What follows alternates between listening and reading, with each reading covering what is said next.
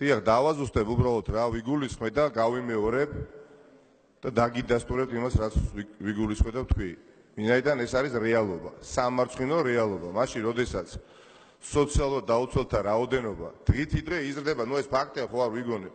ადამიანებს დღიდან დღემდე თავი ვერ გააქვს და ელემენტარულად მედიკამენტის შეძენის საშუალება არ აქვს და მუნიციპალურ ტრანსპორტში გადაადგილების საშუალება არ აქვს.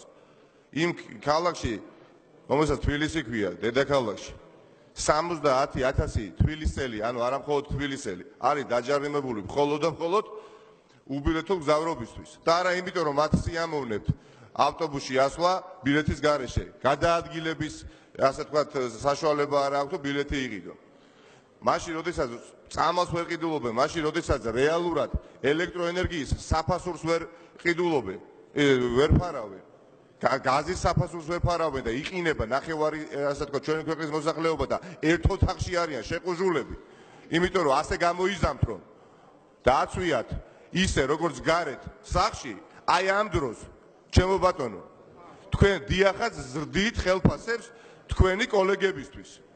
თქვენ ბრძანეთ, რომ ფრაქციებს აღარ შევქმნითო, მაგრამ ვითი ადასტუროთ, სიტყვაზე გენდოთ? თქვენ მე მგონი ბრძანეთ, რომ 431 ფრაქცია ქონდათ შარშა არჩევნებამდე. ჩვენ არ ქონდა საერთო რაოდენობა იყო. ქართულ ოცნებას რამდენი ფრაქცია ქონდა?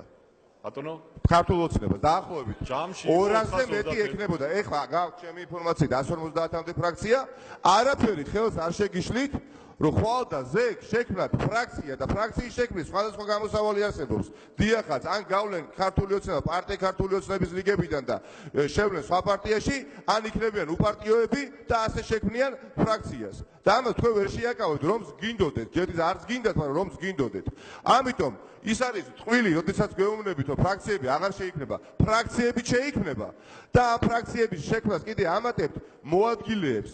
3-4 მოადგილე ეყოლება, ესე იგი ფრაქციას.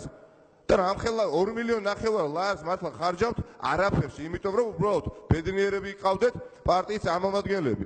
უხერხულია და სამარცხინოა და მე მგონი თქვენი ქართული ოცნების, ასე ვთქვათ, დეპუტაციის ყოველთვის უმრავლესობა არა, ნაწილი მათგანი გრძნობს ამ უხერხულობას. გვისმენს ახლა საზოგადოება და რას ეუბნებით თქვენ პენსიონერებს? ლარით არ გაგიზრდიათ პენსია მილიარდელი ხელისუფალის პირობებში 5 წლის განმავლობაში. ერთი ლარით არ გაგიზრდიათ პენსია და ზრდით ხელფასებს საკუთარი პარტიის წევრებისთვის.